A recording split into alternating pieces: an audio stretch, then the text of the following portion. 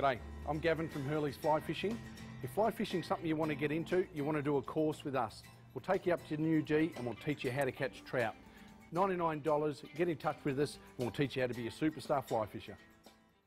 We've got a lovely little rapid or run here, and it's probably like a foot deep, but it's going to be very oxygenated water just through that movement, which is really good for nymphs. So that tends to hold a lot of fish there as well, because there's plenty of tucker there for them. So it's worth a cast using our grid system again. So we'll just cast first to the left-hand side and then go a foot or two to the right, and just systematically work your way through it, because there are going to be fish there and it's just a matter of putting that fly in front of it.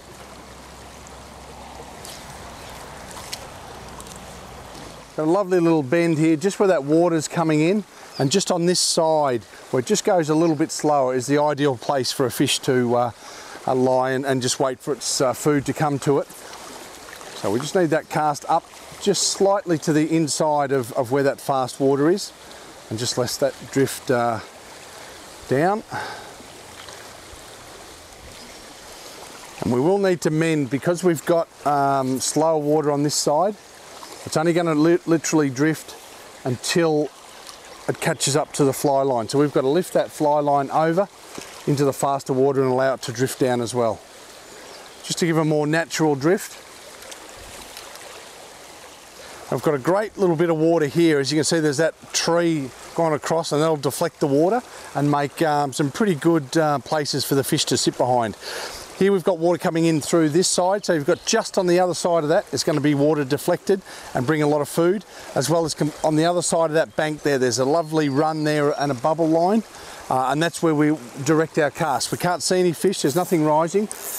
We've got the dry and the nymph, and hopefully one of them is going to work.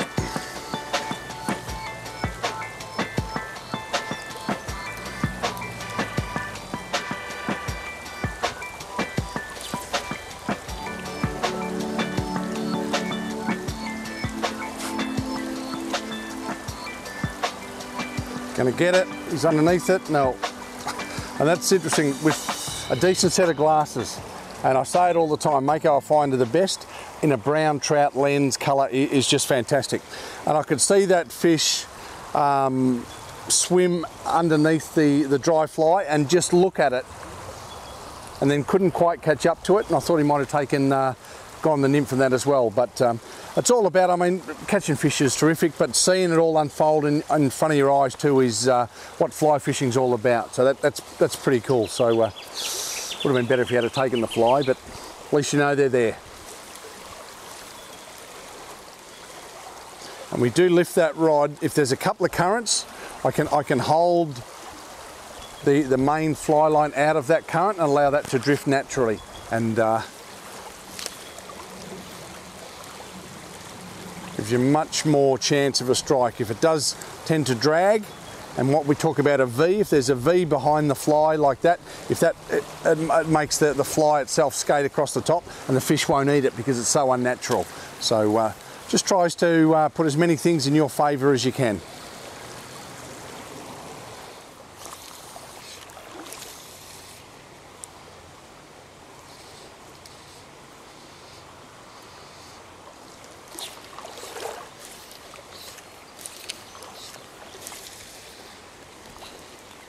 Little rise in the middle there, so we'll get that fly out around about there. And the fish can be scattered, like on a little run like this, you've got a little bit of depth, and they can be scattered all the way through it. He's, there we go, in the middle of the river, and that's where like the concentration of food's going to be, so that's why he was there. And just a little brown.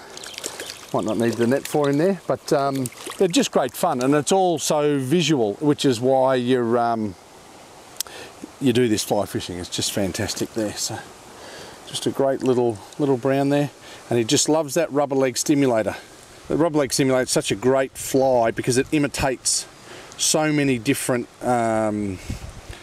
insects. You know, like he's good to go. We use that as a imitate like a big caddis, or it could be a grasshopper or a moth or a big mayfly, stonefly. There's quite a lot of things that it could be, and at the end it doesn't really matter because the fish think it's something and they eat it. So yeah, just a great fly with lots of movement, and certainly works.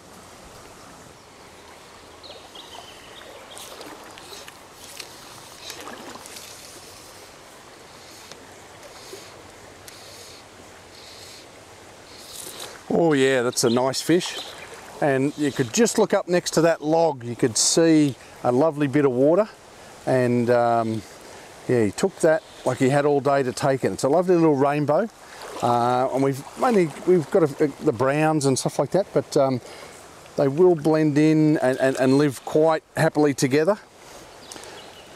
And he's a lovely fish, and he just the beauty of that dry. They rarely refuse it, so yeah, you'll hear me talk about it a bit. A royal rubber leg stimulator, and it certainly works on the Stevenson. Now, this is what I talk about with nets all the time. Much prefer nets, and you'll look at this fish on a